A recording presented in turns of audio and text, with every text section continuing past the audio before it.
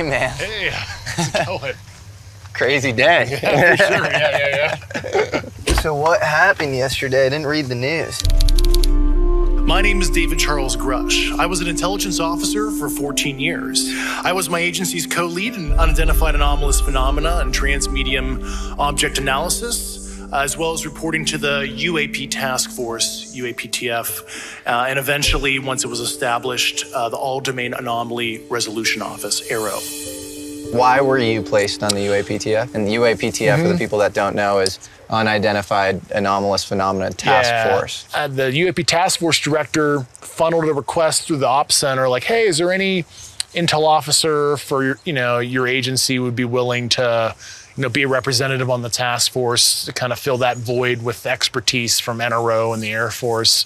And my boss got the email, he forwarded it to me, and he's like, do you want to do this? And I thought, well, I'm a reservist. I can put it on my performance report that I worked on like a task force. I thought it'd be kind of an interesting thing to see what was going on. When did you start to realize that you weren't just kind of looking at, anomalous phenomena and trying to classify it in the air, but you were being sort of systematically lied to about an internal reverse engineering program within the government? Yeah, I mean, certainly going into it, I thought it was going to be, air trash, some prosaic natural phenomenon. I remember starting interviewing some military members that saw some really profound stuff, like, large, triangular craft, football field size that they, hovered over them. And I was like, whoa, and these people were very serious, very upset to actually divulge that, a personal thing. It's nothing classified. It was a personal observation they had on a drive to work. And then, one thing led to another. I had, certain colleagues of mine that I'd known for years approach me, close the door in my office and was like, look, you need to know about some other stuff you guys are not, getting access to. And kind of led down this. Why do you think they talked? Why do you think they spoke to you? Yeah, I think a lot of these guys were, they've kept the secret for so many years. They knew me. They knew what I was looking into.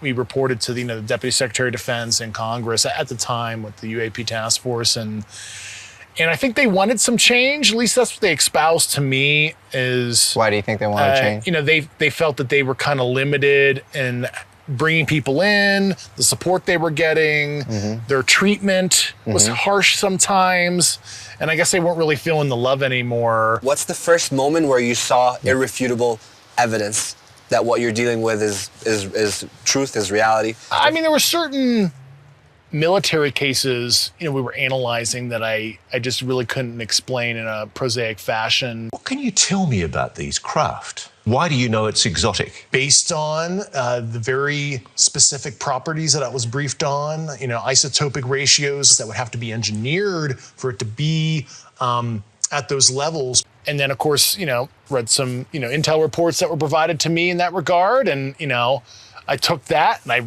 went to the agencies that wrote those reports and asked for access. And when they deny you access, then it's a thing. So it's and that's what happened to me time after time over a couple of years. So there wasn't a singular moment where you're like, just open the folder and you go, what the fuck is that? It was kind of like a slow burn culmination as I was processing it, allowing my worldview to open. And yeah, I don't know if there was a singular moment. I think it was, some of the really, really trusted high-level people we talked to when they, stared us straight in the face very seriously and, confirmed a lot of this information. And the quality of people we talked to, if they ever go public, it'll blow your mind who we talked to. I was like, wow, I can't believe I'm talking to X, who's a really important person, and they're confirming these certain details, and they're saying like, we need to protect this at all costs, and they're giving me kind of the whole speech about it.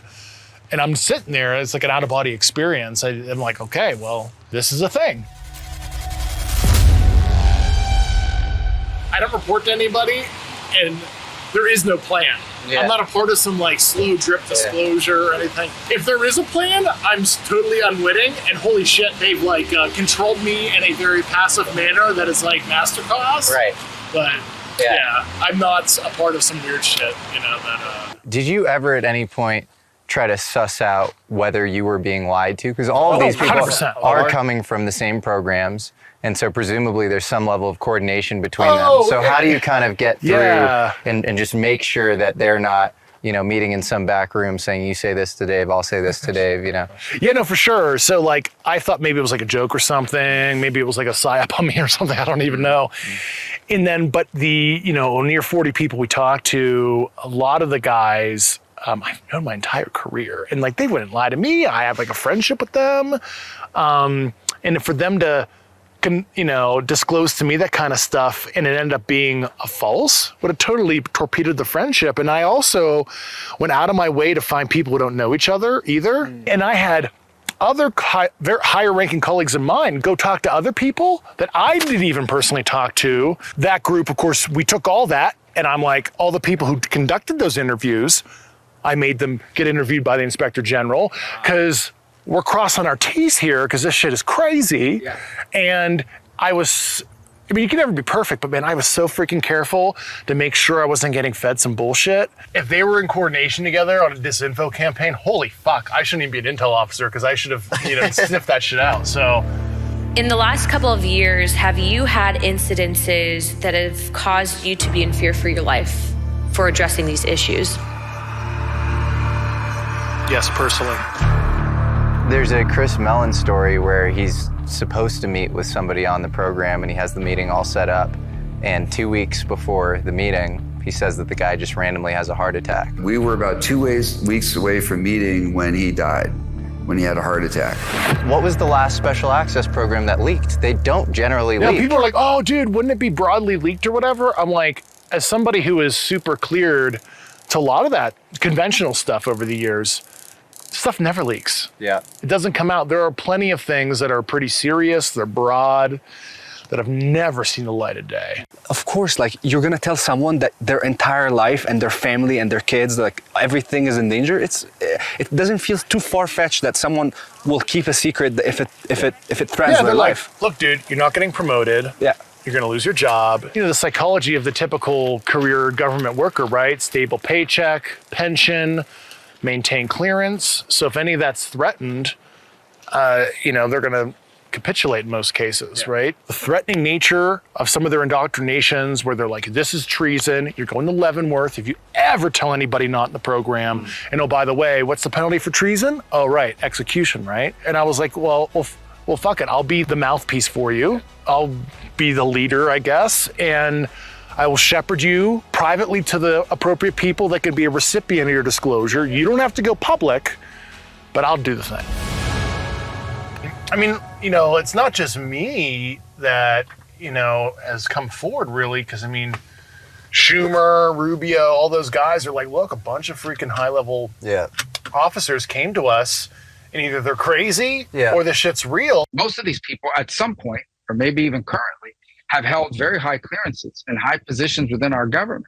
And then Schumer was compelled to write that big 64-page amendment that talks non-human tech, recoveries, and you're the majority leader who's tight with the president, putting out a law that will be signed here hopefully this fall that really puts the fucking executive in a bind. Yeah. So I don't think that was done in a vacuum. I think the one thing that can get the left and the right together is bloat in the military-industrial complex or malfeasance therein, Yeah, nobody likes that. I don't think members of Congress don't like getting the door shut on them either. So they want that information because they represent the constituency. They want answers. Yeah. And that was the Matt Gaetz story. Several months ago, my office received a protected disclosure from Eglin Air Force Base indicating that there was a UAP incident that required my attention. We were not afforded access to all of the flight crew. He was basically denied access to a crew that had seen kind of a diamond-shaped formation of orbs. Mm-hmm. He should be fully clued into if it is terrestrial in origin because he's overseeing DARPA. He's on the Armed Services Committee. If you could just name anything, titles, programs, departments, regions. I'd be happy to give you that in a closed environment. I can tell you specifically. Thank you. Maybe in if we could get in a confidential area, SCIF, we could talk about that. But unfortunately, we were denied access to the SCIF. A lot of the narrative for the whole thing was that you were denied a skiff. What does SCIF stand for, just for people? It was a specialized compartmented information facility, right? Which basically means that you guys would just get into a secure place where you can share. Yeah, that's a facility that's accredited to talk at the top secret sensitive compartmented information level. And yeah, the members are pretty incensed that I believe it was like they couldn't reserve a skiff and then they couldn't give me a one-time read-on back into the right accesses since I left the government. Do you have any sense of why that was denied? I don't know. No, I don't really have insight. It was something they mentioned to me, it was security or something denied it. If you believe we have crashed craft, stated earlier, do we have the bodies of the pilots who piloted this craft? As I've stated publicly already in my News Nation interview, biologics came with some of these recoveries, yeah. Were they, I guess, human or non-human biologics? Non-human, and that was the assessment of people with direct knowledge on the program I talked to that are currently still on the program. One sort of bombshell soundbite from the hearing is Congresswoman Nancy Mace asked you about biologics. Ross Coulthart in the News Nation interview asked you about pilots coming out of these crafts. Do you want to just speak to that a little bit?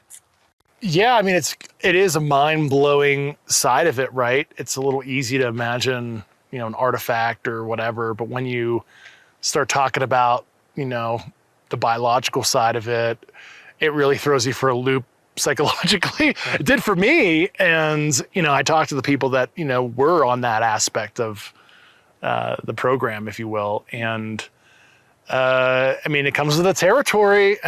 Buckle up, I guess. I call them pilots because that's like our vernacular. I don't know what their actual job was. Yeah. Non-human intelligence. Yeah. But they had bodies. Yeah, were they alive? Were they dead? I don't get into specifics. Okay. Yeah, I know a lot of that stuff. Out of curiosity, why are you allowed to say that NHI pilots came out of the craft, but you can't go more? That's all I put in the pre-publication stuff that got approved. Got it.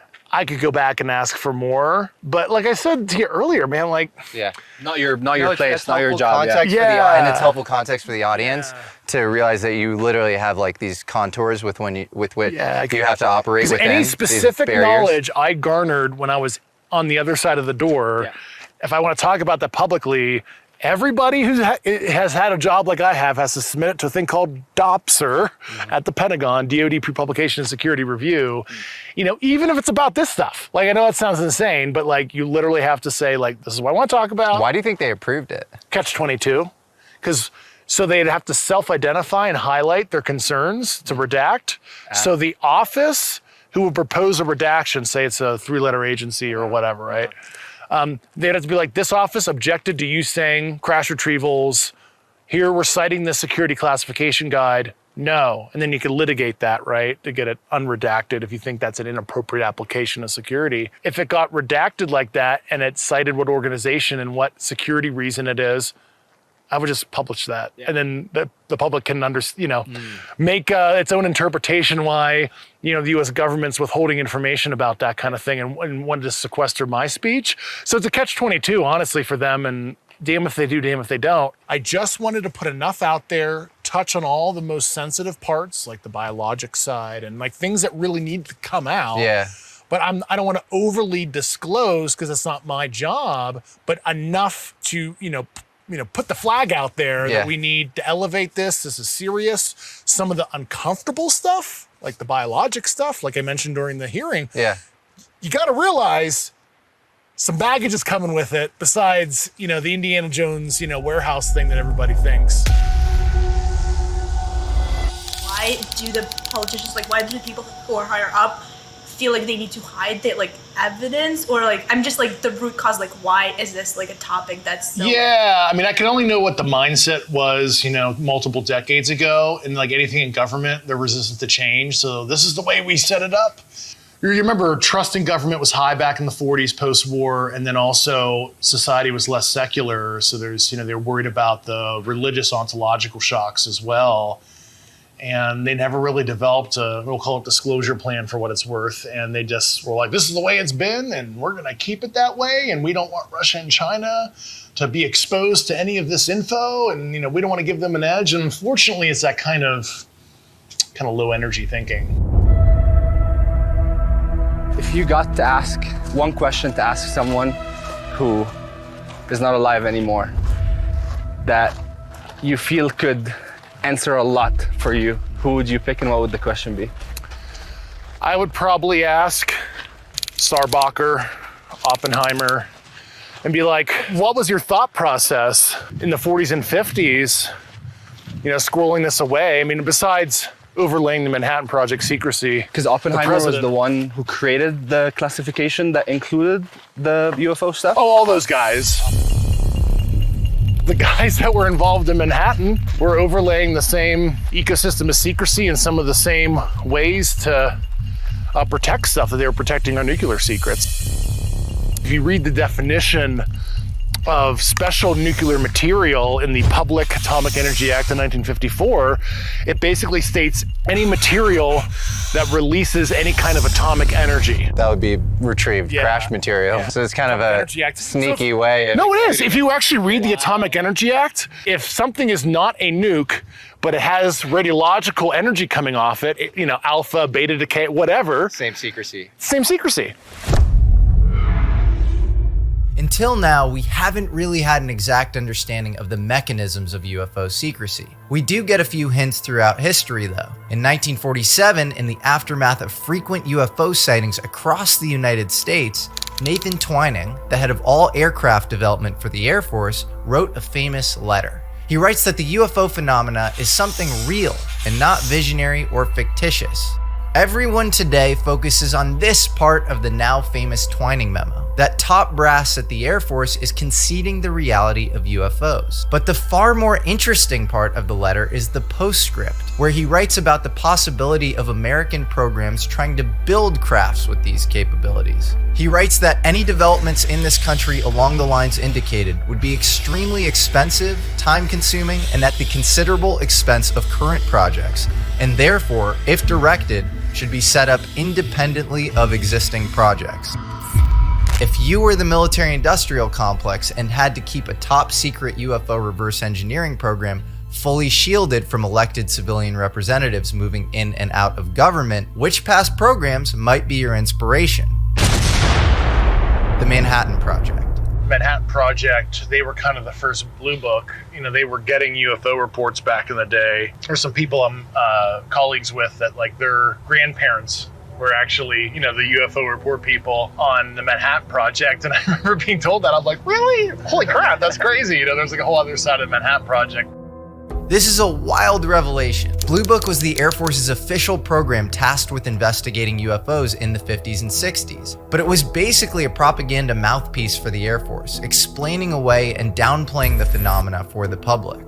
Here, Dave is saying that there might have been a real, deeper program than Blue Book studying UFOs at the time, and it was probably very tied in with the Manhattan Project. Legendary French UFO researcher Jacques Vallée told me the exact same thing. Project Blue Book was the best I could do at the time because I felt they had a real project going on that was secret. The Manhattan Project would have custody of it, and then it would go into the Atomic Energy Commission, and then it would go into the Department of Energy, which has its own line of clearances.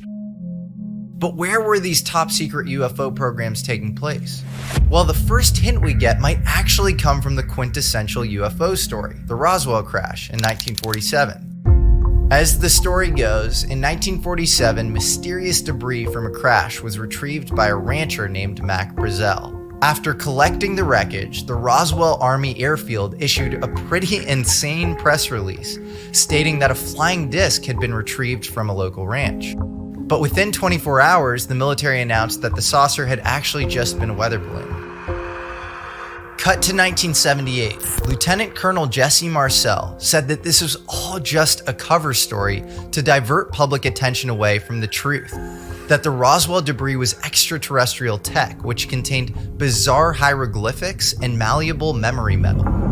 According to him, the materials were eventually taken to Wright-Patterson Air Force Base in Ohio. This actually makes sense. Wright-Pat was the place that the military would take enemy equipment in order to reverse engineer it. In fact, just a few years earlier, the base was used to successfully reverse engineer a German Pulse jet engine. When prominent elected government representatives would ask what was going on at Wright-Patterson, they would get shut down. It didn't matter who they were, senators, presidential candidates, even presidents. If you didn't have a need to know, you were on the outside. I called Curtis LeMay and I said, General, I know we have a room at Wright-Patterson where you put all this secret stuff. Could I go in there?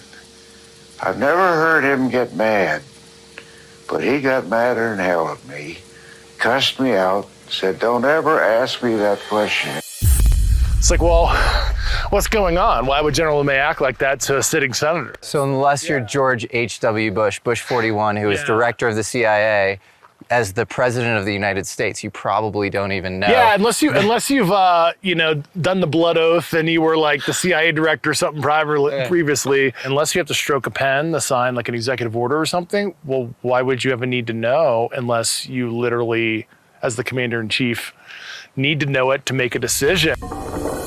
What else was housed at Wright-Patterson? Well, it would become a nuclear engineering test facility and an anti-gravity research center. It also was the site for Blue Book, the anti-UFO psyop that the Air Force ran in the 50s and 60s. So when you're running a secret UFO program, you have people working on the UFOs, and then you have people working on throwing the public off the trail and basically ensuring that they have no idea what you're doing. The official Air Force reply has long been that there is no cover-up, no cover-up.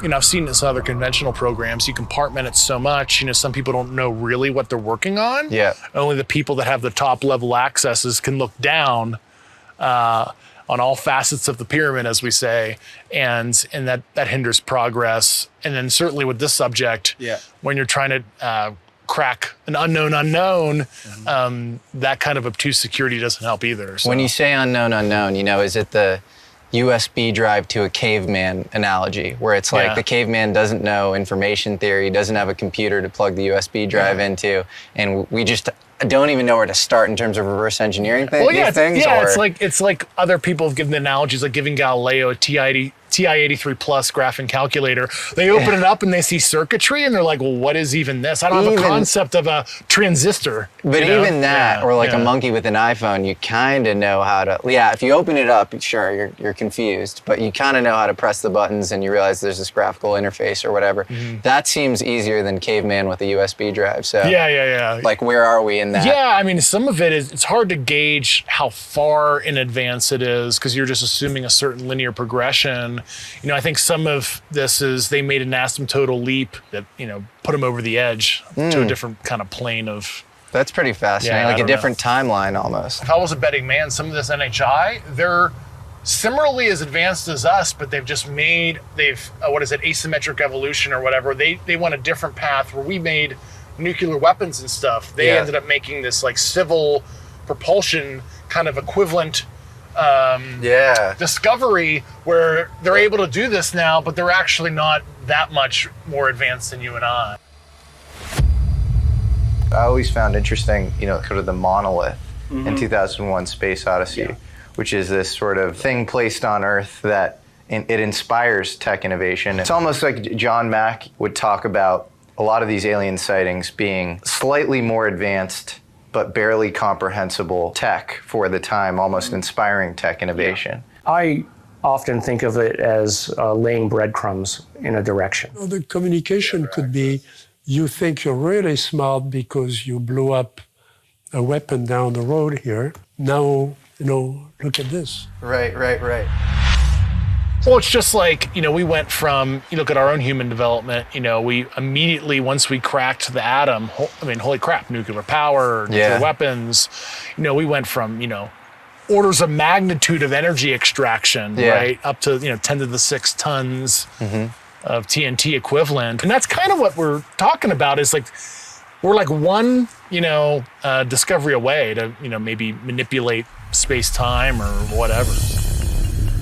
Based off of the information that you've been privy to, is there any indication that these UAPs are interested in our nuclear technology and capabilities? Yes. By external observation, sure, that could be a fair assessment, yeah.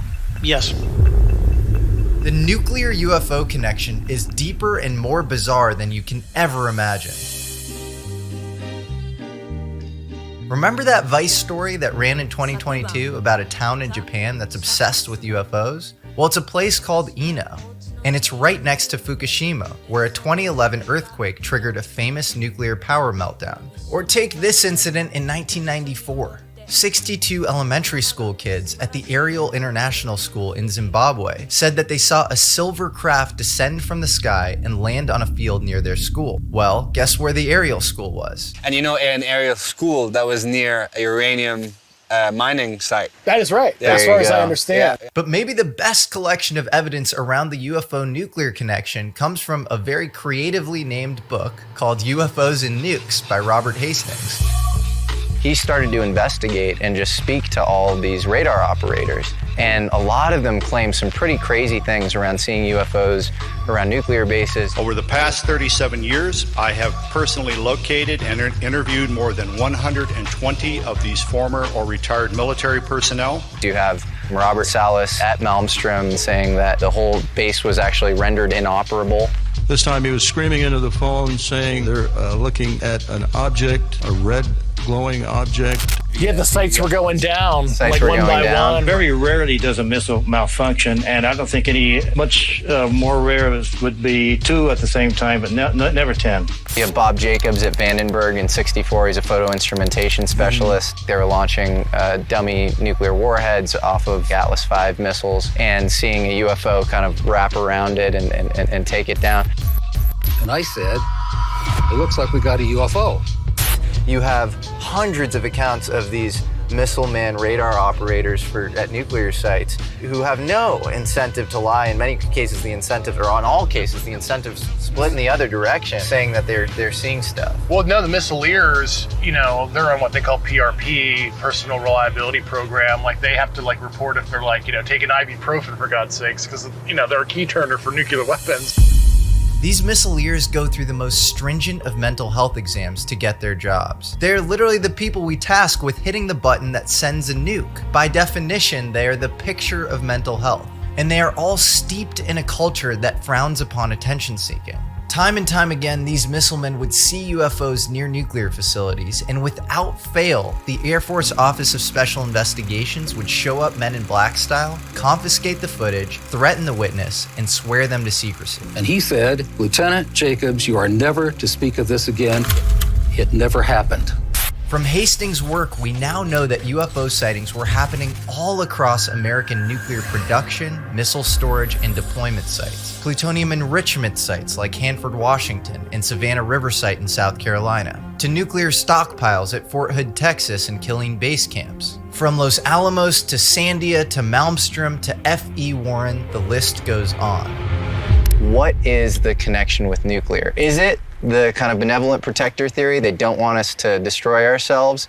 Or is it some weird, like they're mining us for something and so they want to protect their resources?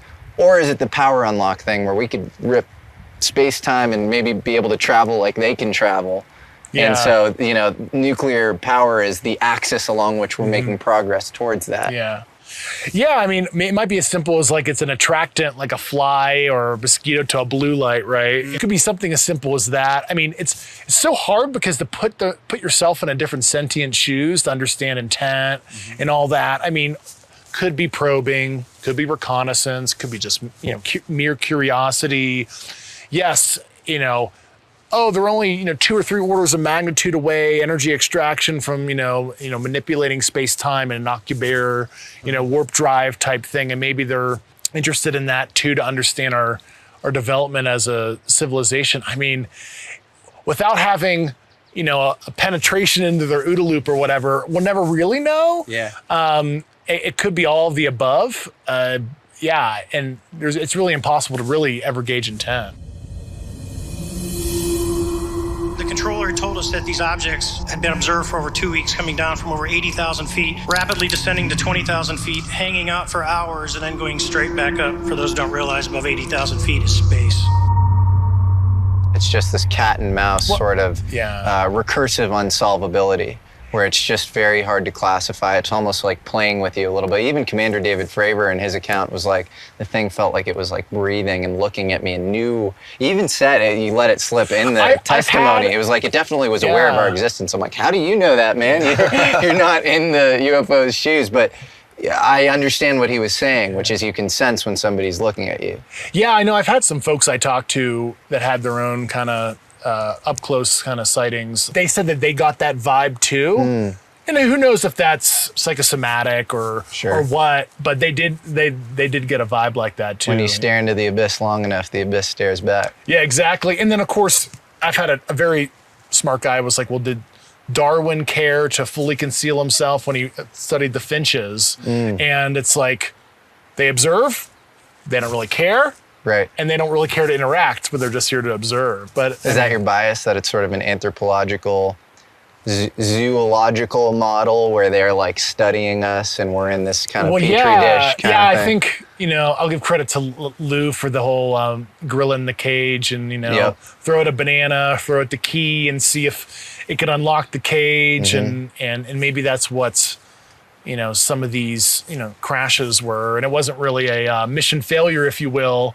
It was, maybe some seeding. This is a total theoretical framework here. So it's like, we'll never really know, but see what you can do with this. Or the key is nuclear power or something, and it's like the gorilla we have the key. Another analogy that Eric Weinstein loves to use is he talks about North Sentinel Island, which is an island of Aboriginals who basically have not made any contact with civilization. It's off the coast of India, and the Indian government basically just lets them do their thing and kind of respects them. And take this analogy: if the North Sentinelese started developing nukes, maybe the Indian government would start to pay a little more attention.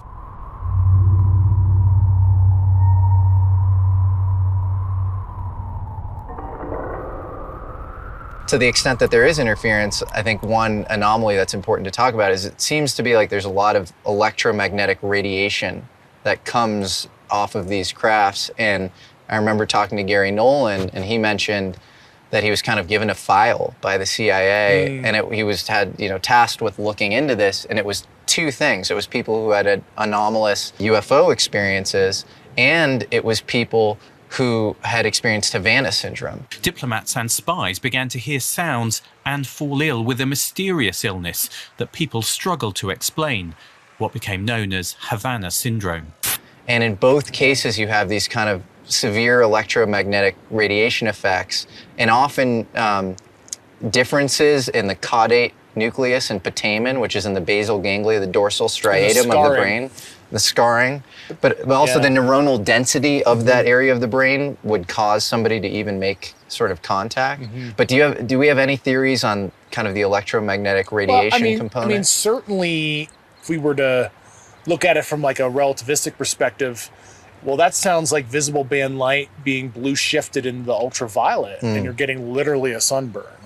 And if you look at an Occubear type thing where light's getting lensed around the craft, etc., stuff should be blue and red shifting. So things coming towards you would actually red shift spectrally, and the people getting like burns. So that's ultraviolet. That's like ionizing radiation. So that would be light being blue shifted into the ultraviolet as it's lensed across the bubble that the craft creates.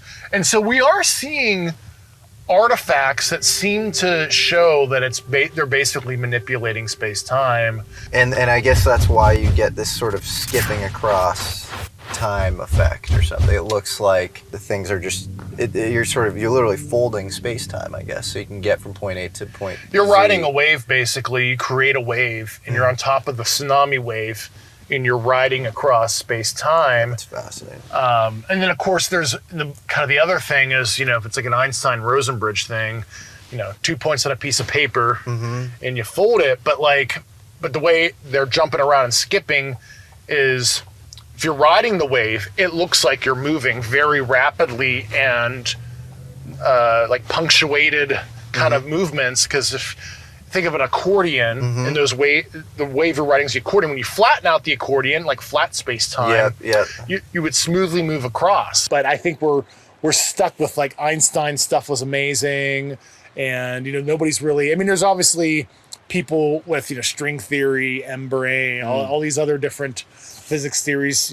quantum gravity, other theories, but, there hasn't been something that's, unified all the weak and the strong force, etc. And that's an ongoing thing. And I think, finding the Higgs boson is going to be the big answer. Yeah. We'll see. So speaking of string theory, it feels like it just hasn't shipped a product. You have our best and brightest, often really smart people getting into this sort of field that, maybe you can detect black holes with strings, but generally it's just not that useful. Well, string theory, mathematically, I get it works out, right? But like most of the stuff you can't empirically observe because the strings are so small and subatomically, there's just like no way of it's 11 dimensions. There's like no way of verifying that.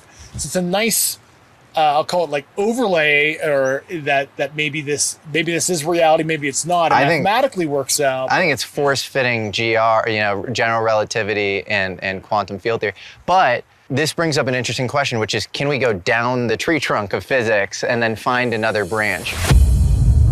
Clearly, quantum physics, with nuclear and hydrogen bombs as its byproducts, was becoming dangerous. It is an atomic bomb. It is a harnessing of the basic power of the universe. After the invention of these apocalyptic weapons, was true fundamental physics then concealed in deep black aerospace, while public-facing physics was sent into a cul-de-sac so it could do less damage? Were there actually updates in physics, maybe mid-century, that were not disclosed to the public? Okay, I realize this sounds kind of insane, but hear me out. Imagine that this billiard ball is a proton. The golden age of relativity was a wild, forgotten time in the history of American physics.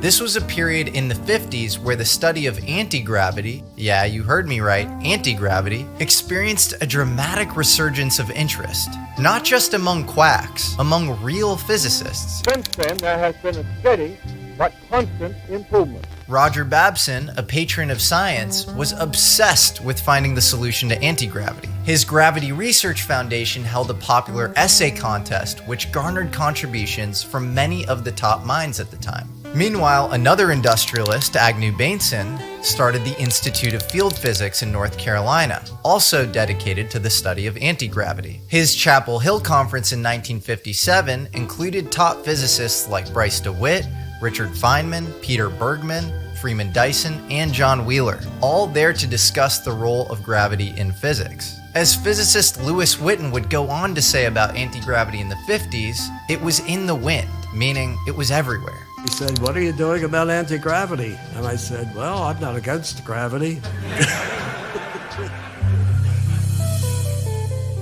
Witten actually worked in Martin Corporation's anti-gravity research unit. That's right, they had an anti-gravity research outfit. It was called Research Institute for Advanced Studies, or RIAS for short. And Martin Corporation, of course, would later become Lockheed Martin. Lewis Witten's direct boss at RIAS was a guy named George Trimble. In a 1956 article found in Jane's Defense Weekly, George Trimble said, "We're already working on nuclear fuels and equipment to cancel out gravity," and added that the conquest of gravity could be done in about the amount of time it took to build the first atom bomb. By the time the 60s had rolled around, most people had kind of forgotten about anti-gravity. It quieted down because nobody ever got anywhere, or it quieted down because it did get somewhere and it went black.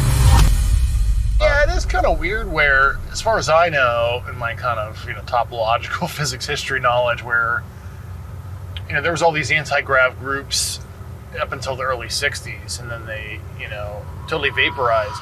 You know that there's physics knowledge held by aerospace companies that is not known. There certainly is materials knowledge. Materials, material which science. Which involves topological physics or whatever. It's hard to say whether anything real was discovered in the realm of anti-gravity or if it went black. But when aviation journalist Nick Cook tried to meet with the then long-retired 80-something-year-old George Trimble through a friend of his at Lockheed Martin, this was the message he received back. Quote unquote, "I don't know who this old man is or what he once was, but he told me in no uncertain terms to get off his case. He doesn't want to speak to me and he doesn't want to speak to you. Not now, not ever. I don't mind telling you that he sounded scared." Did Deep Black Aerospace secretly make a huge breakthrough in anti-gravity? Well, when he worked for Martin in the 50s, Lewis Witten specialized in nonlinear algebra and topological physics, the two things that you'd need to investigate gravity, and maybe how to beat it. He also did contract work on gravity for Wright-Patterson Air Force Base. The reason there was a laboratory at Wright Field was to find out what we were doing and to help us do it. And I got a contract from Wright Field to do it, to do gravity, which I did very happily. And who is Lewis Witten's son? Ed Witten, just the most formidable proponent of string theory, maybe of all time. Do you think that string theory, which Ed Witten worked on, is intentionally a bridge to nowhere? I have privately said to you that string theory was a very odd development because it both allowed physics to proceed as if it was doing something new while breaking no new ground in the physical world in which we live. I don't really know. If you were trying to stagnate the field, string theory is pretty brilliant. And remember that Chapel Hill conference that's thrown in 1957 by Agnew Bainson, who's obsessed with anti-gravity? Well, Lewis Witten was there, and the conference helped establish quantum gravity, of which string theory is an offshoot. In an interview with the American Institute of Physics, when anti-gravity gets brought up, Lewis Witten says, a guy named Townsend discovered that there was a type of bismuth that was repelled instead of attracting. There was a vice president of the Martin Company who brought that up. He said, I read about a guy in Indiana who says the rock of bismuth that shows anti-gravity. And where have we heard about bismuth with possible anti-gravity properties before? That's Gary Nolan, Stanford microbiologist and Nobel nominee, who claims to have UFO crash parts with isotope ratios that don't occur naturally on Earth. One of his pieces that we looked at together when I visited was magnesium bismuth. Bismuth layers of less than a human hair, supposedly picked up in the crash retrieval of an advanced aerospace vehicle. Nowhere could we find any evidence that anybody ever made one of these. And who's this Townsend guy Witten's referring to? Witten had to have been talking about Townsend Brown, one of the country's leading anti-gravity researchers at the time.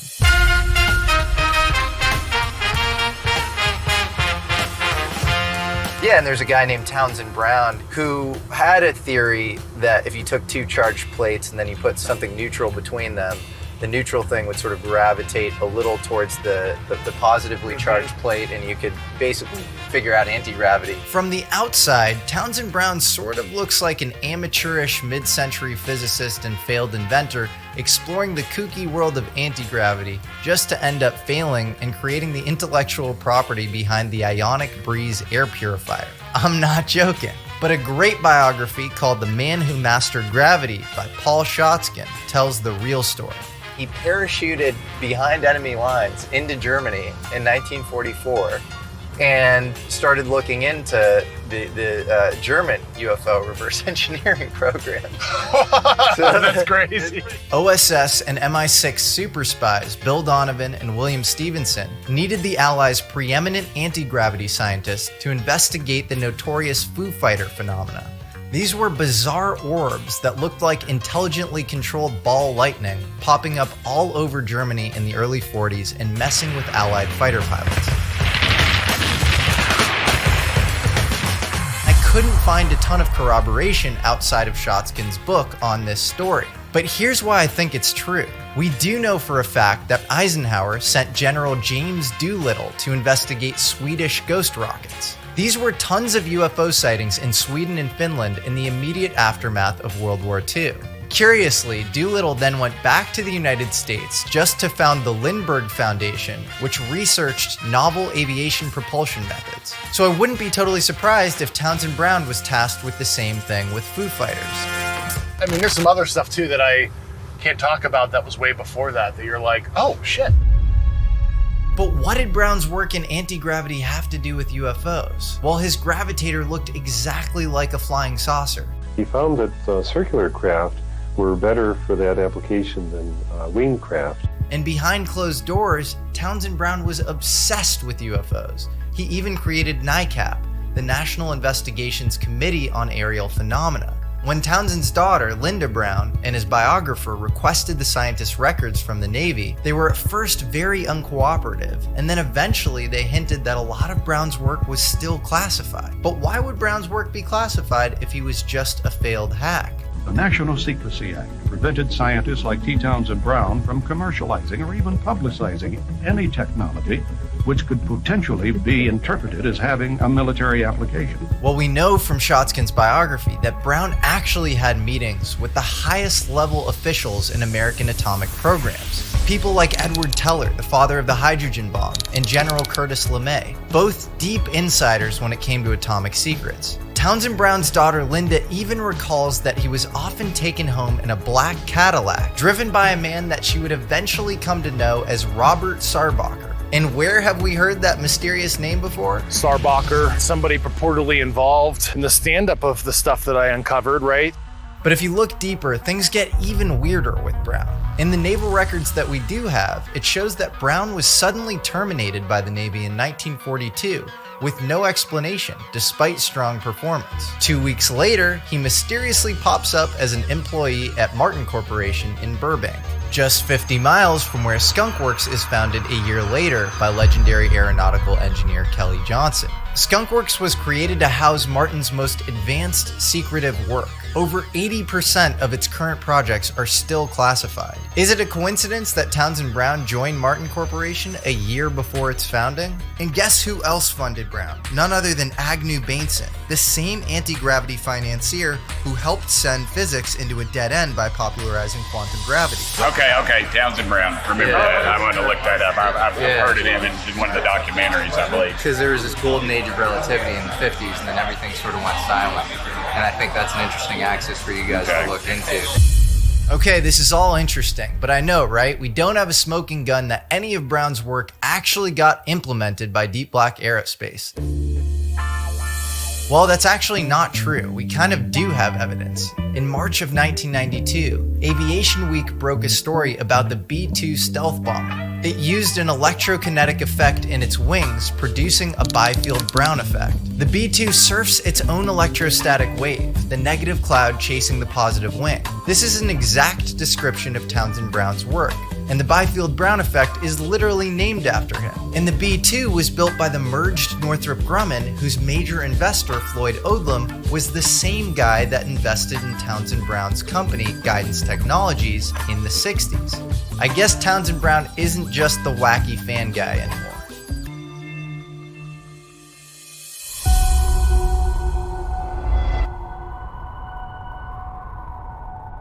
There's just like this parallel history. It's very tightly coupled to what is known publicly, paperclip, etc. But there's this like other side of it that a lot of it dealt with the UFO, UAP issue in earnest.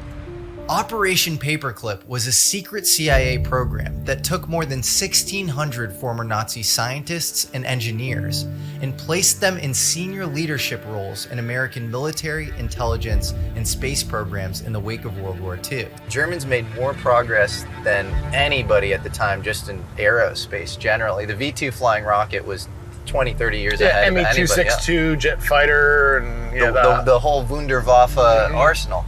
And one has to ask, why did we have such a pressing need to get Wernher von Braun and Arthur Rudolph and all these guys? The NASA Saturn program was literally a transplantation of the Nazi program. Why was there such a pressing need to get all these people in the U.S.?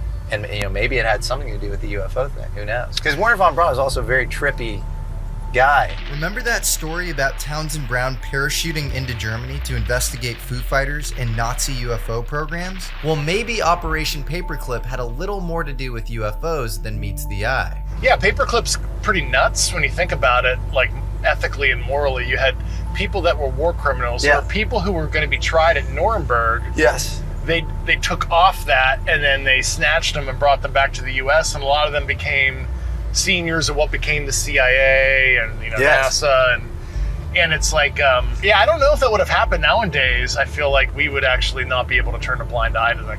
Oh, there's no chance. Yeah. Wernher von Braun oversaw a brutal, mostly Jewish slave labor camp where tons and tons of people died.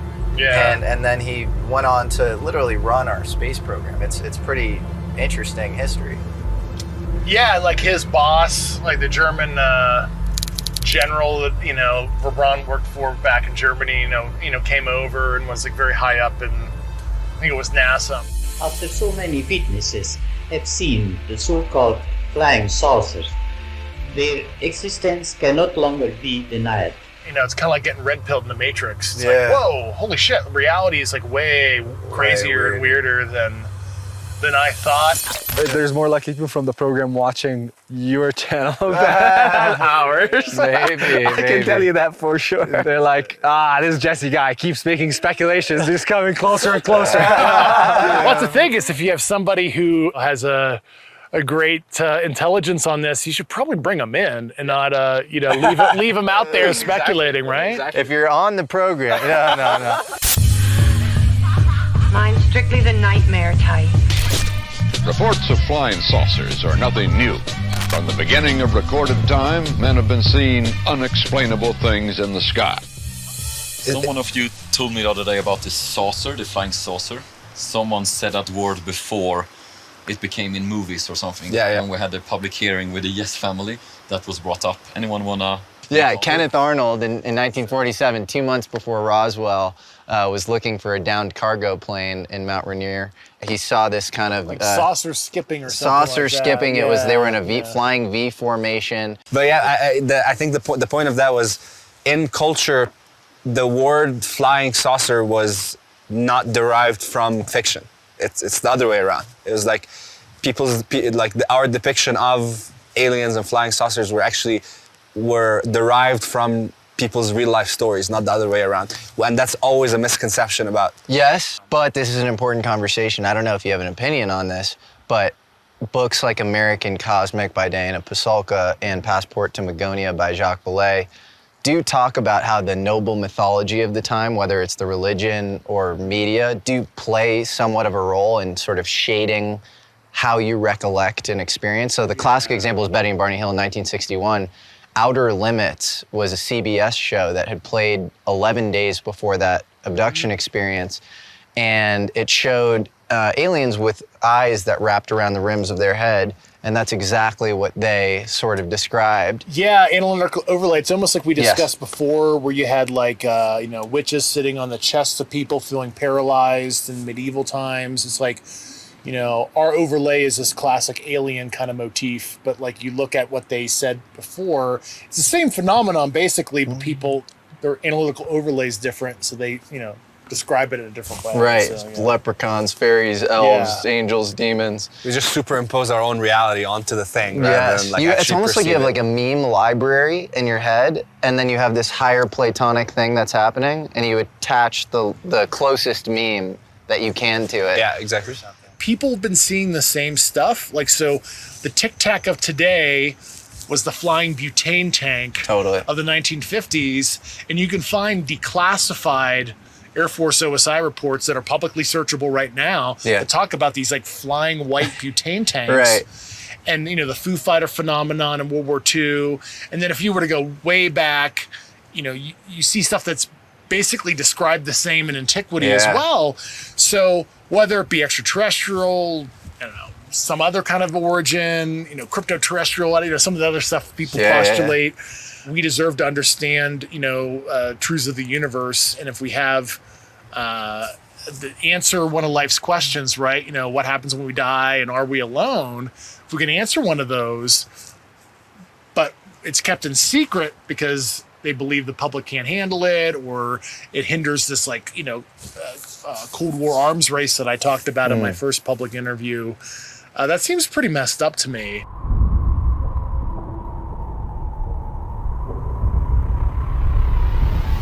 What do you think about elite interest in the topic? So the Rockefellers funded Stephen Greer in the 90s. And John Mack. And John Mack. Yeah. And they funded the Princeton Parapsychology Lab.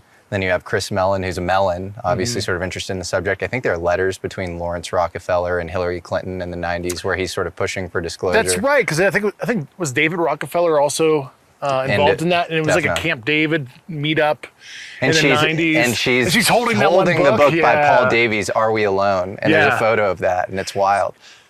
Certainly, if you use the Rockefellers as the most prominent example, there's certainly called old money elite interest. And maybe it's because of their interest in frontier science, or who knows. I've never talked to the Rockefellers. I have no idea what spurred that interest on. But they were certainly pushing for transparency on the issue, and that's one of the most influential families in America, right? It is important in any scientific process to try to maintain the null hypothesis for as long as possible. And actually, Kuhn, who wrote the Structure of Scientific Revolutions, talks about this, and he was friends with John Mack, who was the head of the Harvard Psychiatry Department, who tried to maintain a null hypothesis and say, I don't think this is real, because he was actually a private clinician. He started to see people who would bring up these alien encounters. And I think the thing that's really important for people is just the amount of credentialed people that once they start to have an open mind and actually genuinely inquire, and usually these people start to take it seriously. Yeah. Like I have a good friend, Eric Weinstein, who's he's a pretty well-respected hpublic intellectual. I used to just wax poetic. Look, like this is real. I promise you, this is real. And he used to think I think his quote is like, "This is the one area where you had brain damage." You would not come off of this point, and I was convinced that you were brain damaged on this one issue. No, I really was. And now, I think, he oscillates, but he's pretty deep into the history to the point where he's bought in that this is at least something worthy of investigation.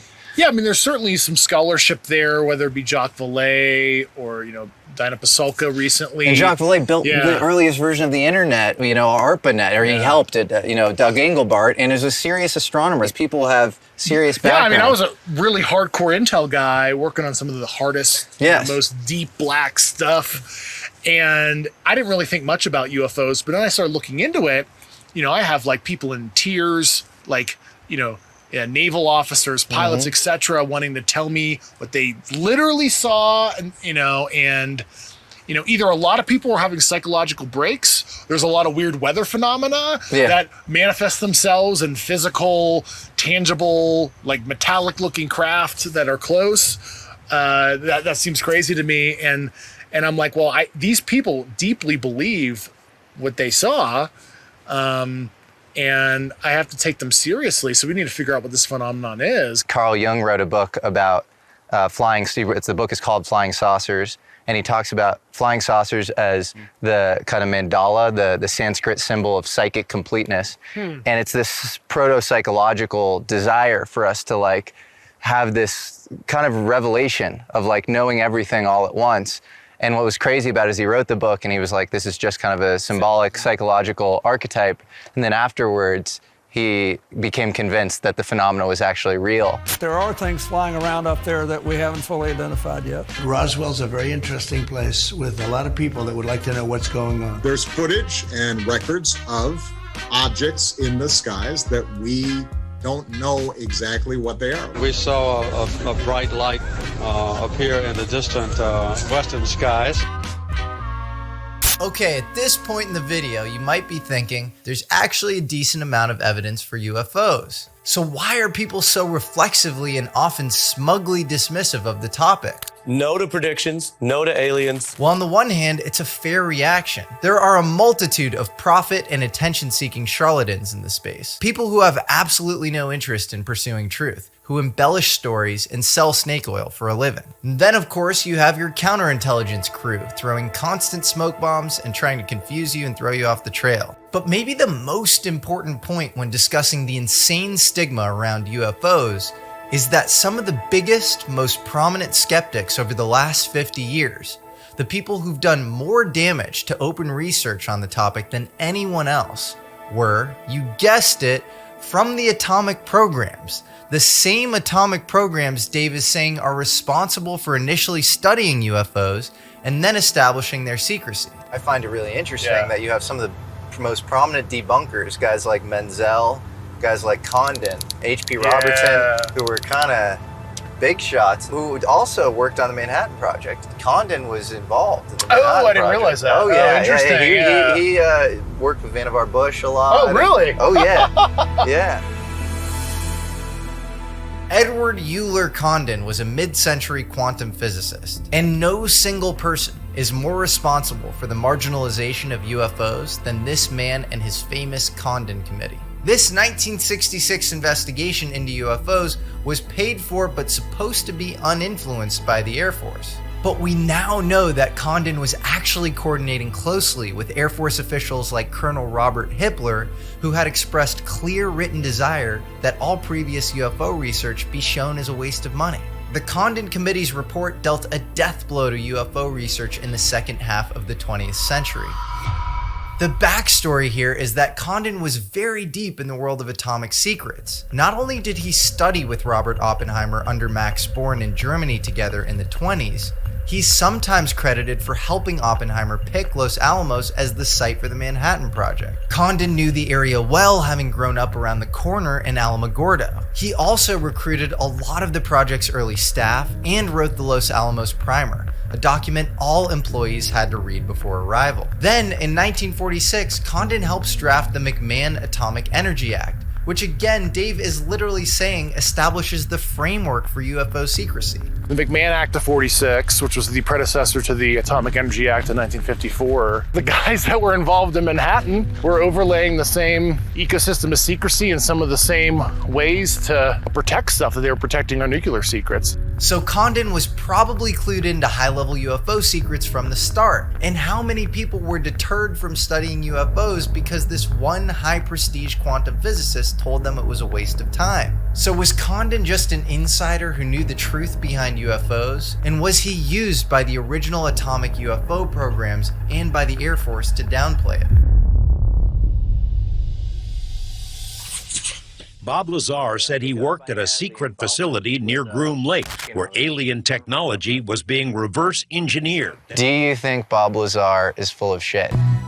Bob Lazar is by far the most famous case of somebody who publicly claims to have secretly worked on reverse engineering UFOs. He outed himself in 1989, and since then has remained remarkably consistent in his story, even while detractors cite that he possibly faked his educational credentials at MIT.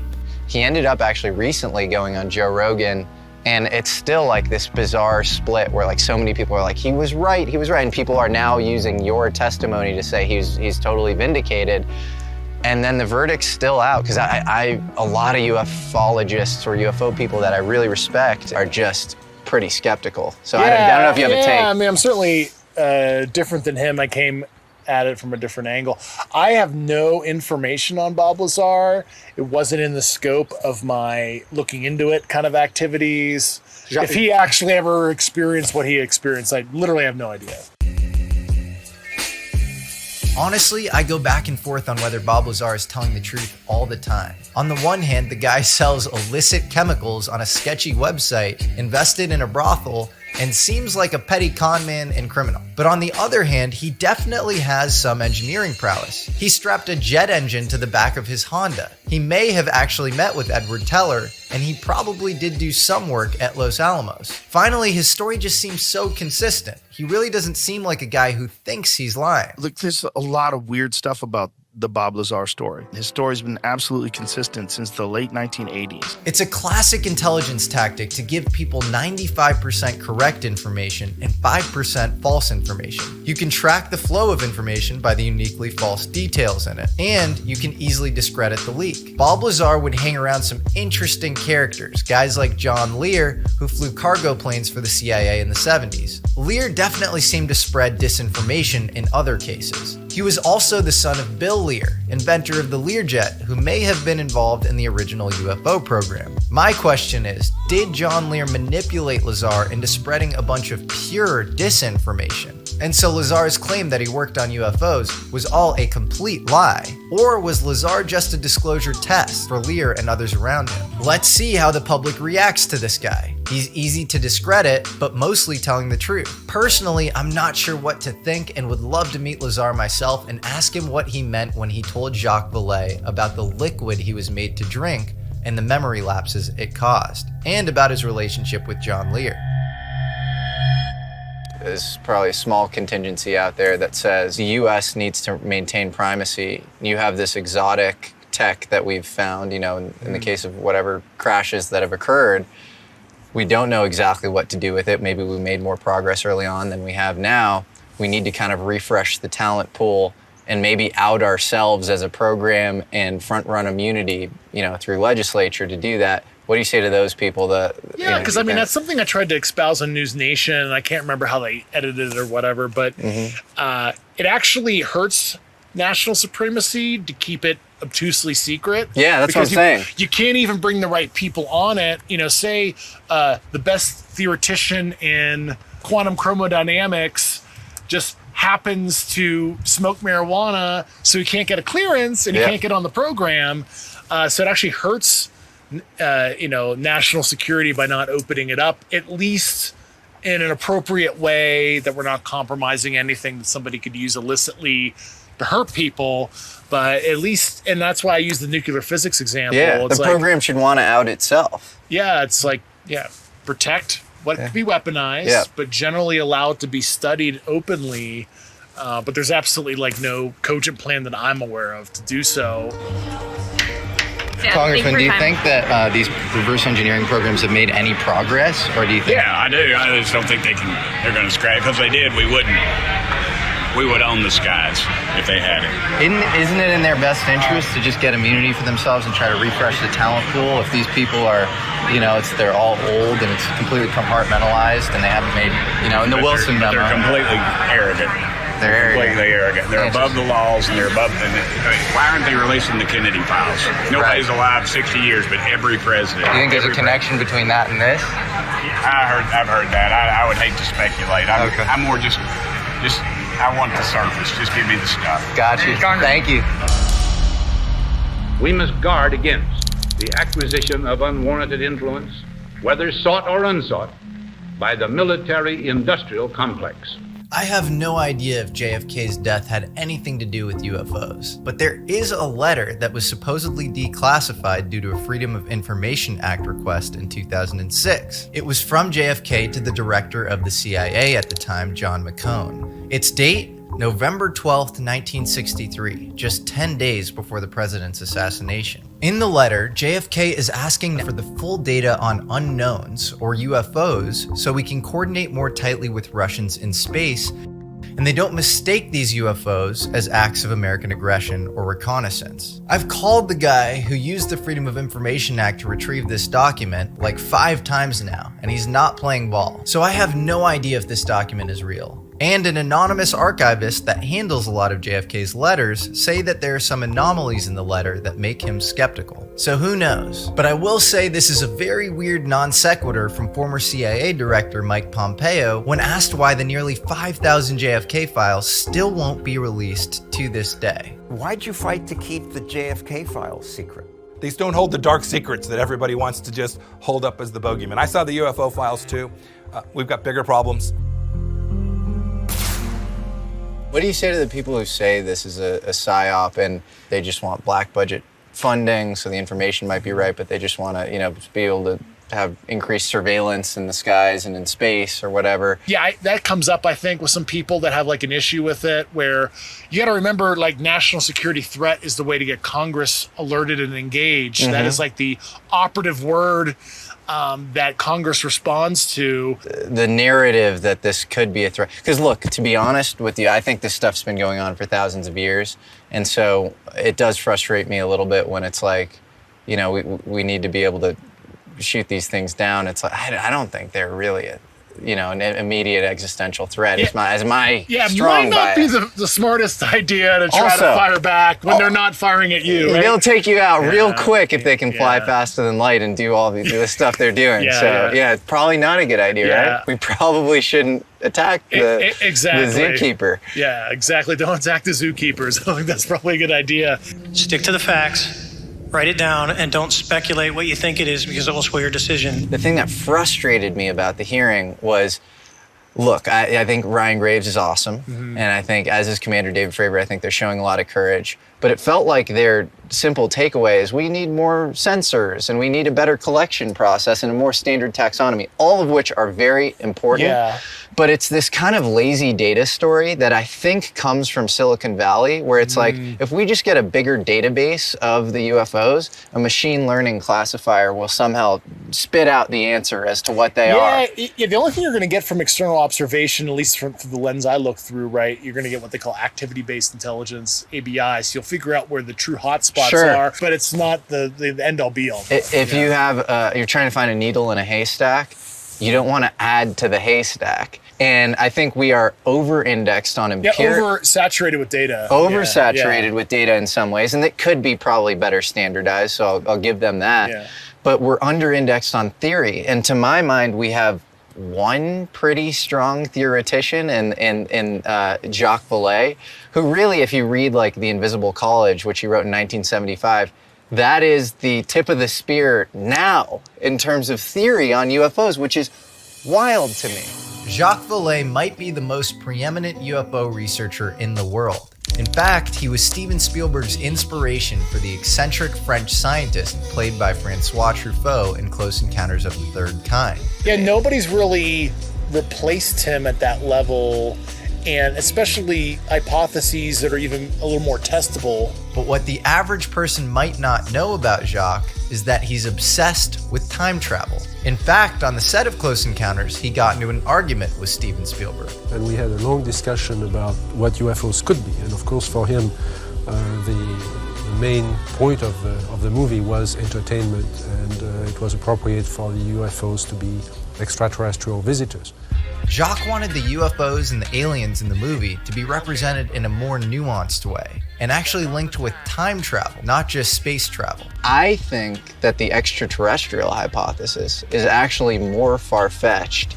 I think the idea that another species would evolutionarily converge to be bipedal, to have kind of the symmetric, bilateral symmetry. Yeah, because if we look at like the Ariel school event, if we believe the 100 school children that saw bipedal, hominid-looking kind of NHI, then that seems pretty rare to have the same development where it's either extraterrestrial and we're seeing bioengineered beings that look similar to us for ease of communication and acceptance, maybe, and that is like almost like an avatar for the intelligence behind, the ghost behind the machine or whatever. That they were engineered specifically to look like that, and it wasn't natural.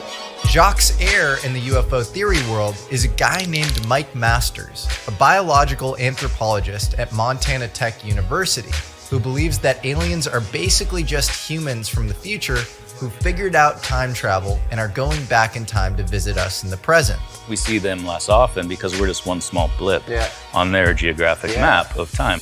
I like the sort of, beings from the future hypothesis for a few reasons. So there's actually a concept in evolutionary biology called neoteny, where your distant offspring looks like your kids currently.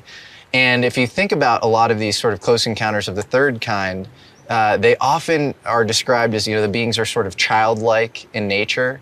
If you think about how we're actually evolving as a species, our bodies are becoming somewhat vestigial. We have an abundant amount of resources that are being distributed to us. We don't need them. Our morphologies are going to change. Just wither away a little bit, and then our brains are becoming actually more important. Decision-making is becoming more important. If we have any sort of latent intuitive powers, that's going to be more important, and these things are supposedly a little more telepathic.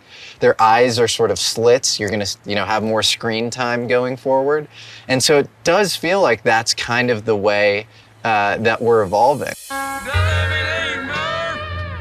Aliens are weirdly non-interventionist. In many of the abductions that get reported, it's almost like they have a prime directive to not say or do too much. In fact, in many cases Mike Masters studied, the abductees had to sanitize themselves, shower, or do chemical rinses before boarding the alien craft. This would make sense, as time travel involves all sorts of issues like the grandfather paradox. You can't go back in time and kill your own grandfather. Otherwise, how would you exist in the present?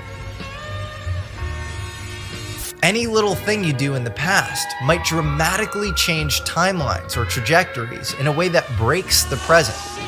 So maybe this alien non-interventionism points further towards the time travel theory. Many abductees also report lost time. Again, this might be explained by abductions occurring in another temporal dimension.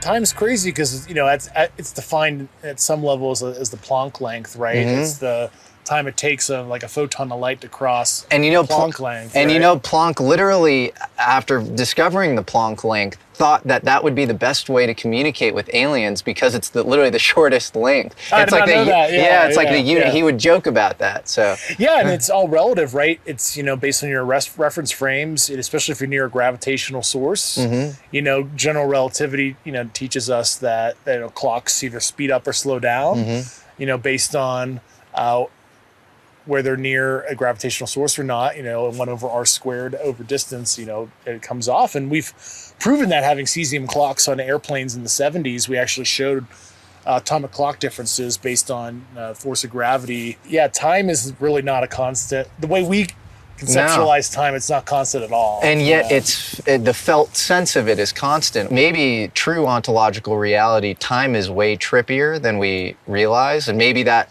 speaks to this sort of alien thing, especially because people seem to see crafts and aliens when they're in specific kind of heightened states of consciousness. Mhm. And so maybe time doesn't work quite the way we think it is, but in ordinary consciousness, we sort of snap it into this kind of linear classical epistemology that we Yeah, and experience. that's what I was trying to espouse upon when I mentioned the holographic principle. If you want to imagine a 3D object such as yourself casting a shadow onto a 2D surface, that's the holographic principle. So you can be projected, quasi-projected from higher dimensional space to lower dimensional. It's a scientific trope that you can actually cross. Originally, the holographic principle was created to explain how information is encoded on an event horizon in a black hole. But like maybe that's what we're seeing, is we're seeing higher dimensional stuff casting a shadow into our space, just like how we cast a shadow on a 2-dimensional surface, which is like the sidewalk, right? Well, if you were on flat land, you would have no idea that this like crazy 3D monster was, you know, out there, but all you're seeing is the shadow, and it's called quasi-projection. And maybe some of the UAPs are not even, they're here, but they're not actually from out there. I cannot show you a tesseract because I and you are trapped in 3 dimensions.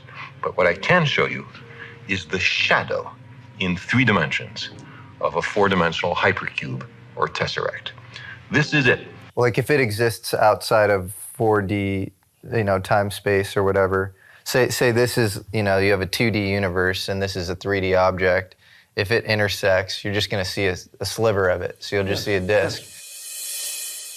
So that would make sense, I think, in 2 ways. One is that a lot of people that seem to see crafts and sometimes, quote unquote, go inside of them, the inside is bigger than the outside. So Jacques Vallée describes a woman in San Jose seeing this, you know, flying saucer. She walks in, she's in a movie theater all of a sudden. There was one case in good old San Jose. A woman had seen something over her house. It was a big disc. And then I say, well, when you went inside, you said, you know, there was this being, and the being took you on a staircase. I say, where did the staircase go? Well, the staircase went up the side of this big round room. I say, how would you compare it to? It's, well, like a movie house, you know, like an amphitheater. I said, that's bigger than your house. Why is the inside bigger than the outside? And so this is a constant sort of, again, if we're looking for patterns, and that's like a good way to kind of theorize, you know, that would make sense if it's this shadow casting sort of thing. And that almost sounds like a physical translation from lower to higher dimensional space. That seems to be what's going on there. And I don't know if we have a good framework on how to smoothly do something like that. I don't even know.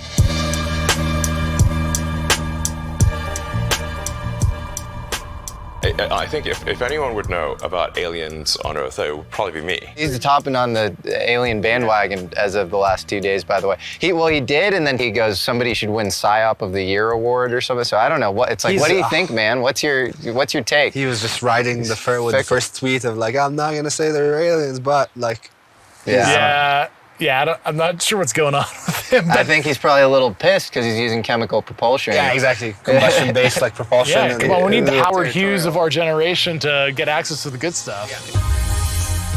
I've always found it fascinating that America's real-life Iron Man, its most impressive industrialist, seems to be so sure of the fact that we're in a simulation. The odds that we're in base reality is 1 in billions. But doesn't like entertaining any possible sightings of aliens. If we're in a simulation, why aren't you doing any speculating as to who simulated us? I mean, if they show up, I'm like, great, okay, now this is new information. The conventional story, especially after the Copernican revolution, is that the Earth is a lucky accident that allows for life. You do have sort of weird aspects of reality, like the anthropic principle. Like the idea of Planck's constant was slightly different. Hydrogen bonded with oxygen in a different way that didn't form these perfect crystal structures. Ice wouldn't float above water. Usually solids sink below liquids, and we wouldn't have a habitable Earth. And so you have all these sort of things in physics that if they were slightly different, we wouldn't have this sort of Goldilocks, perfect habitable zone. Oh, yeah. I mean, Earth's like very finely tuned, right? The temperature gradient is just enough. Right? Is that a coincidence, or did aliens set this up? I don't know. You could even think of like Heisenberg's uncertainty principle, where you can't measure position and momentum at the same time, as like a computational caching function. Something. Oh, interesting. So you can't compute everything. Yeah, your RAM's not that good, so.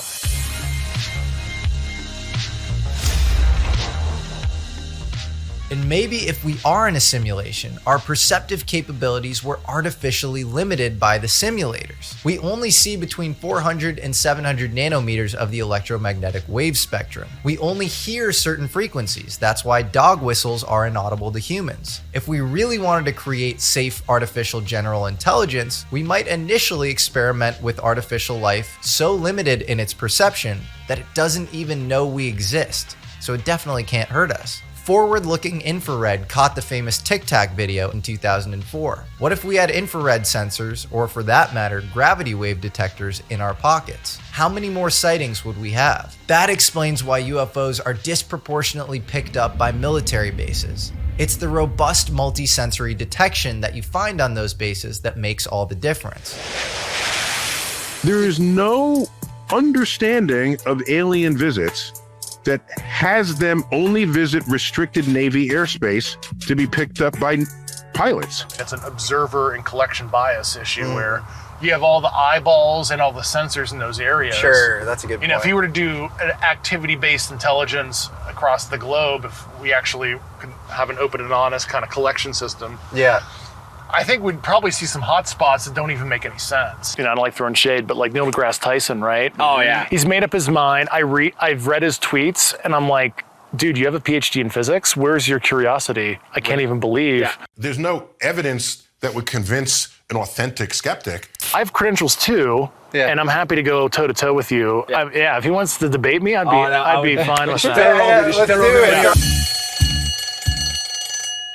You know, when I started studying physics in college and I became an Intel guy and I got briefed to a lot of programs, I figured, I would know if it's a thing. And I kind of ascribed to the Enrico Fermi thing where, wouldn't it be obvious when they just be flying around and they wouldn't care and they would just land and say hello. Yeah. But that's like an overly simplistic thought. Humanistic too, very humanistic. Humanistic, you're assuming that they have the same kind of intent as us. You assume they operate in the electromagnetic spectrum that we can observe normally. And then also, you're assuming that they would want this kind of open, obvious kind of interaction and are not doing cover concealment techniques where they're obfuscating their activity because maybe they're, observing us for some purpose. Or what if they're von Neumann probes, right? Do you guys know von Neumann probes? No. Von Neumann replicators? Which is like self-replicating tech that's disposable in nature if you're trying to send something out simple and engineered to explore the cosmos. And there's always a question of like, what was the first self-replicating organism? Like, I think the big mystery is how does chemistry turn into biology? And we have these people that say, it was just this primordial soup. And you had all these chemicals kind of like floating around, and they've done experiments like this and never been able to recreate life through those experiments. And it's a really open question, like how did life form? And I think it's probably much more trippy and interesting than like just a chemical soup. Just the chemicals happen to bond in a certain way. It's a happy accident. And Crick's view was that DNA could not have emerged accidentally from the primeval soup on this planet in just 100 million years. It needed much longer he still bought into the primeval soup idea, but not on this planet. Yes. What he came down to was that there must have been some other planet, somewhere else, where a primeval soup had existed and there had been enough time for DNA to emerge from the accidental bumping together of molecules. That's, by the way, something I'm a bit skeptical of anywhere. There was actually a French kind of evolutionary theorist and philosopher named Henri Bergson. He thought the sun was somehow essential to evolution. If you think about it, that makes sense. It's mutations. Yeah. You need mutation. You need genetic mutations for evolution to occur. It's a radiological, it's at least putting out ultraviolet, so. Totally. Why are we worried about a Japanese nuclear spill? What happened at Fukushima and Chernobyl? You had an acceleration of evolution due to radiation. Maybe the sun is an extremely sophisticated nuclear fusion reactor that powers the Earth, and the Earth's electromagnetic field was simulated to support life. Astronauts often have to take Schumann resonance machines up with them to space to mimic the electromagnetic field of the Earth. Otherwise, their bodies often malfunction. If you put a frog embryo in a Faraday cage, it does not develop normally. And then if you can change the cell gradient of like a tadpole, where you've severed the arm of the tadpole to the cell gradients of the head cells, and you can grow a chimeric two-headed tadpole. And so there's something around kind of the electromagnetic field that is orthogonal and maybe even upstream of DNA in terms of morphology. Yeah, because I've done experiments too with plant growth around high powerful Wi-Fi routers, and that actually they don't grow right. No. It's like it's kind of concerning. I think about the Wi-Fi in my house. I'm like, oh man, am I like cooking myself slowly or something?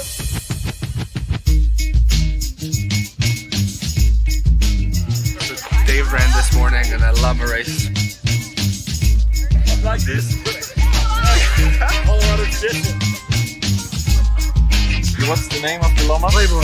Playboy. I think the name of the llama was Boy. Holy shit!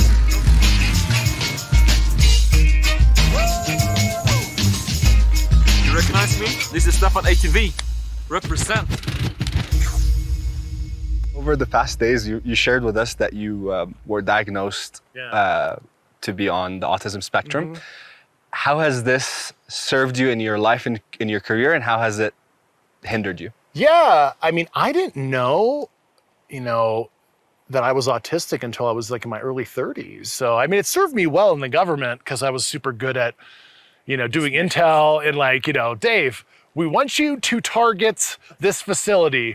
Okay, you have 6 months, figure out everything, and of course I do, and it's, that was very good. But I think, especially if you're trying to maintain relationships and stuff, and how to read people's emotions and how to show your own emotions, because autists, especially if you're deeper in the spectrum, when you get Asperger's and that kind of stuff, you don't know how to even present your emotions in a way to a partner or a spouse or whatever. He would come home and tell me like general stuff, and I'd be like, yeah, that makes sense. Yeah, there's probably aliens. Like, that makes sense.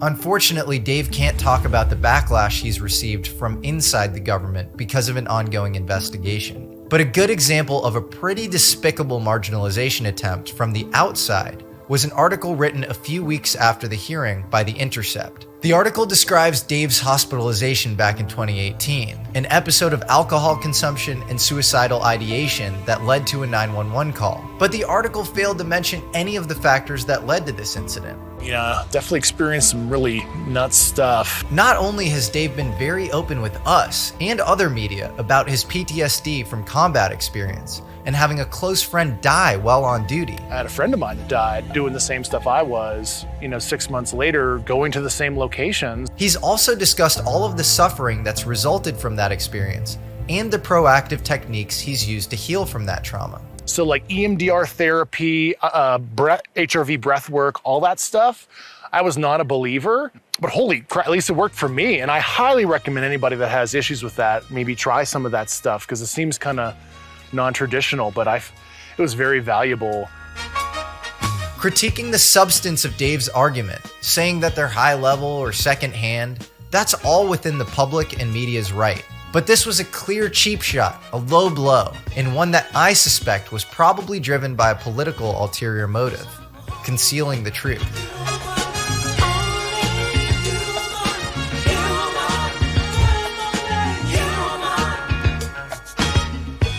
People like send me memes or like TikToks. I'm like, yep, that's mine. Have you, in your time in the Navy, have you ever seen something that you couldn't explain or something that... We have a cabin up in the mountains, and our former neighbor, he was so interested in UFOs. And he moved to Roswell, New Mexico because he wanted to be close. He claimed he did see something.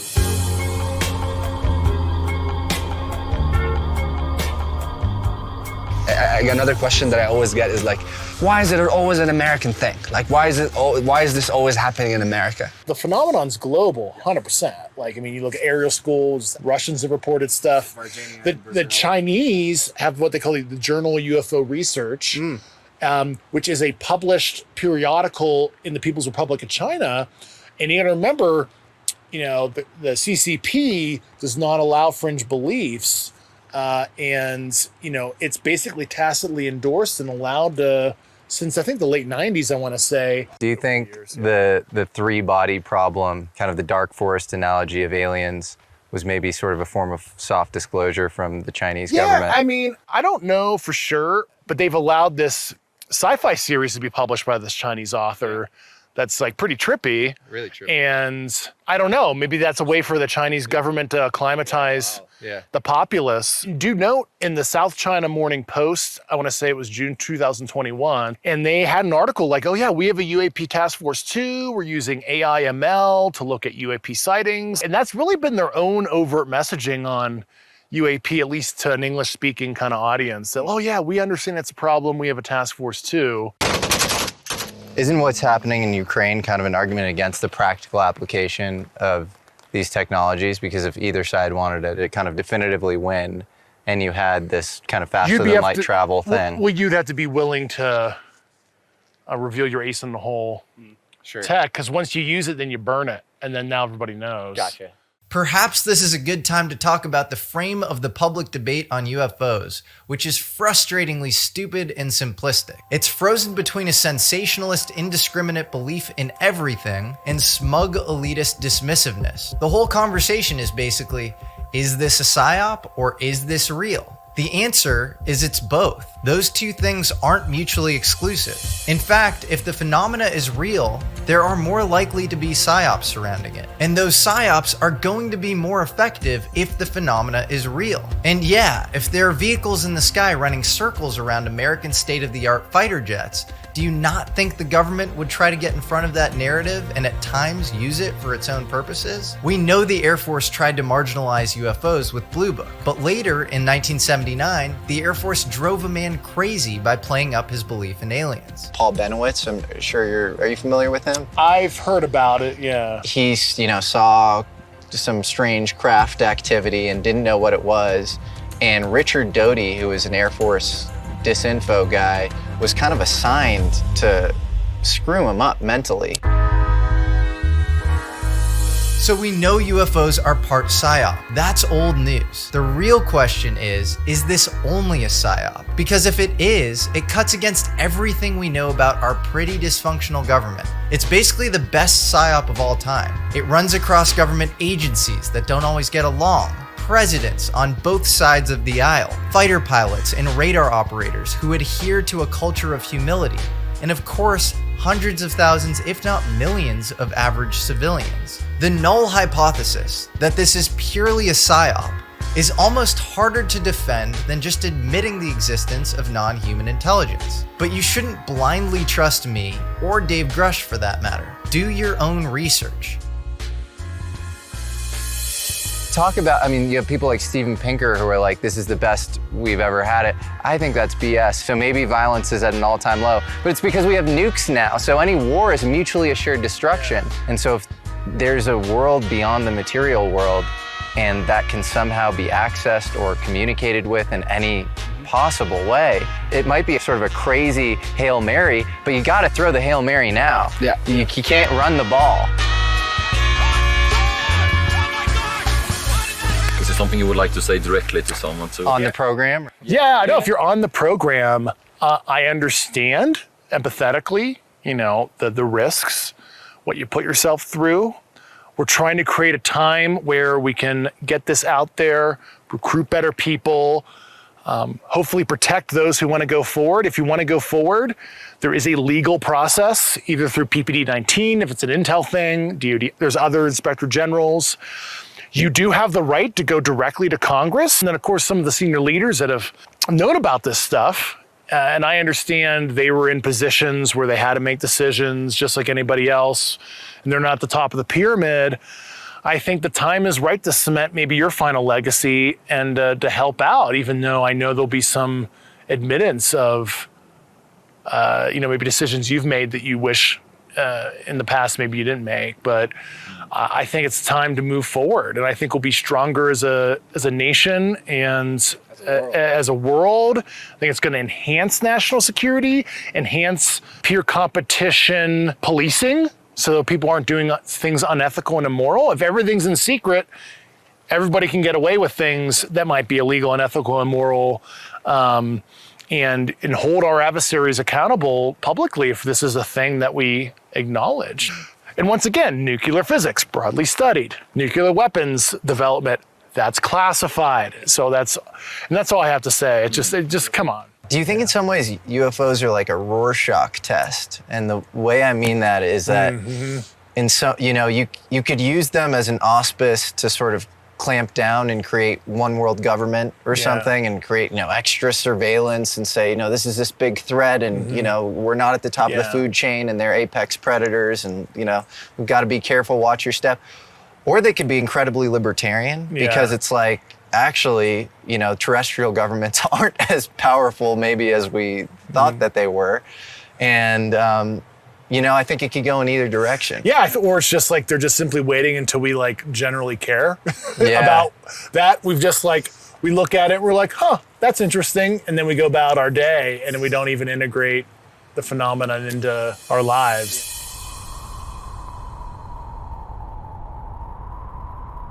In terms of people's reaction to this, look, I'm angry about possible white-collar crime, especially this, people possibly being driven crazy or to their death. That's horrible. Yeah. And then I also think on some level, people are too focused on government kind of recrimination. It is time for transparency. Transparency. Transparency. Transparency. And not on the fact that this is the nature of reality. These things might make you a biblical literalist. Ezekiel saw the wheel, baby. First chapter. I'm with you. Do you believe that the phenomenon is the next big, great religion in the world? Yeah, basically. The phenomenon has probably already influenced all the other religions already, so it's just, maybe we're looking at the source code. If you're looking at the source code. We're at the graphic user interface level. It's like IP header, and we're finally getting into the information flow.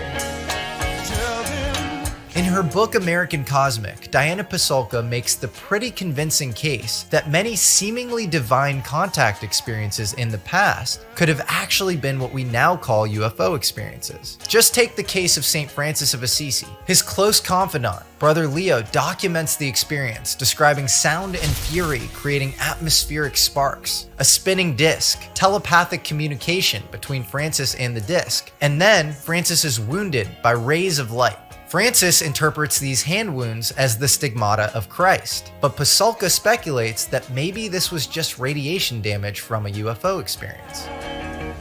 I was reasonably religious, but nothing like crazy, kind of average. Studied physics, I became kind of agnostic. I was like, I don't know about all this kind of woo-woo, stuff that the church espouses and stuff. And then, oddly enough, I've kind of come full circle in some sense where there is this higher sentience, There seems to be, I think we're created beings in some manner, whether it be some panspermia from little g gods or big G God. I think about the people, the journey I had, and the most random people that I've known that were placed in my life like 14 years ago, shut the door in my office at NGA and were like, look, dude. And, they started telling me all this stuff that and they brought these like crazy intel reports. I guess I was kind of the right guy that was chosen to do this thing, I guess. But, so yeah, I've come full circle in my belief system. For me, it's inspiring because it's like this idea that it's just, eat, drink, and be merry or whatever. Yeah. You live, you pay taxes, you work a job, and then you die. Yeah, that's meaning to life. And it's just like the Vatican Observatory saying, yeah, we're like cool with other sentient life that shows God paints like a, broad brush. And that's pretty cool. And the Catholic Church is very accepting on that. And it just shows, God's providence and God's creative powers if there's actually other interesting sentience besides us. It's like, what was it in the movie Contact? It's a total waste of space if it's just us, right? It's like the famous line in the movie. Carl Sagan was a great communicator, probably one of the best. Yeah. He also met a lot with Kit Green towards the end of his career. It was a CIA guy very into UFOs. Yeah, you were telling me that. I didn't know that. So you can count on Jesse to tell you these weird facts. I thought I had a lot of useless knowledge. No, this guy's like, it's not useless, but it's pretty intense. It's pretty useless until now. Yeah. This is like the mega interview. We're covering every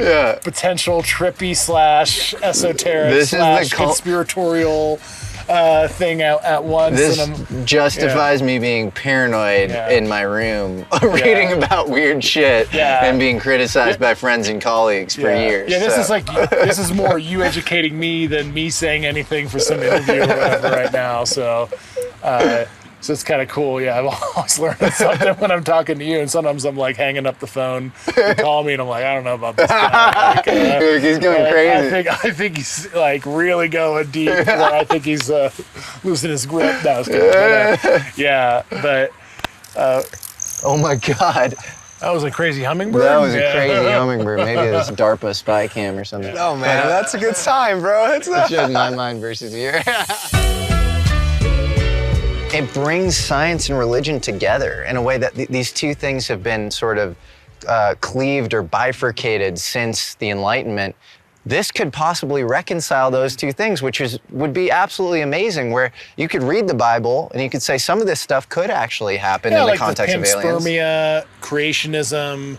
This might actually prove certain religious texts and what they've espoused with little g gods. And at least for me, spiritually, at least my belief system, it certainly opened my eyes to the universe is not clockwork. Everything we see in our day-to-day life is not everything that exists. And if there's truly other sentient intelligences, it just inspires my curiosity. Like, I'd like to know what their belief systems are and how maybe we'll find out that matches with ours, and it actually bolsters our maybe we can ascend to the per your video in the Berkshires. You want to repeat it, Amar? Yeah, I mean the ending result is the universe ignoring us because we're not at their level yet. We haven't reached that height of awareness as a society, as a people. Is this an opportunity for us to examine ourselves, to figure out why we have not been a part of this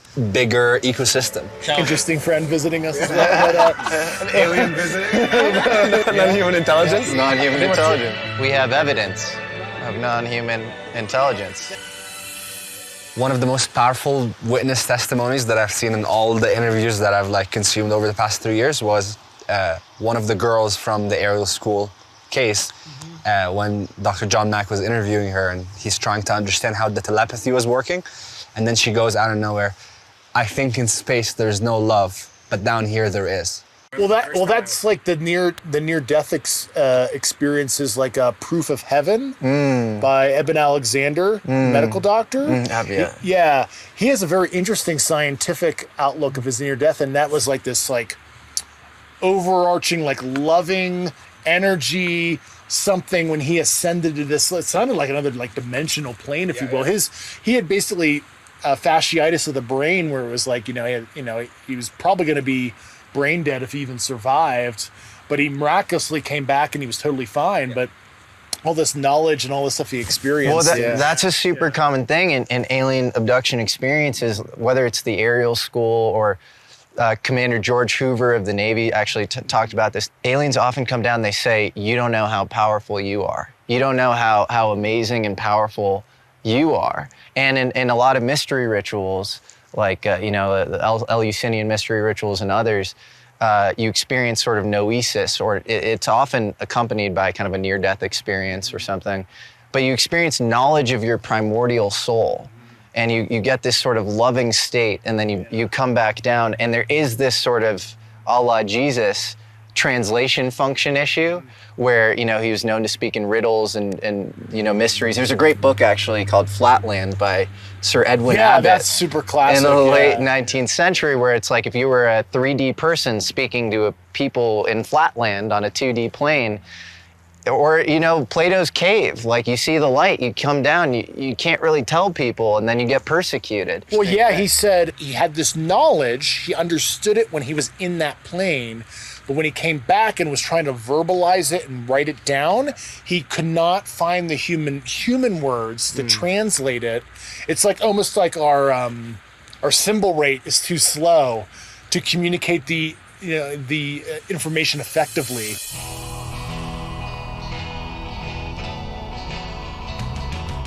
We're living in a very interesting time. Yeah.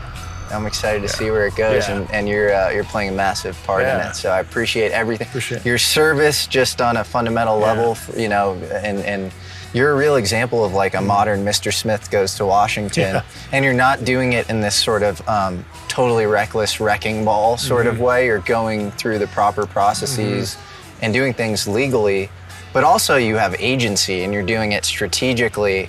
Time after time again, people just get like neutered when they're in government, and you are doing a big thing. So it's cool for young people to see.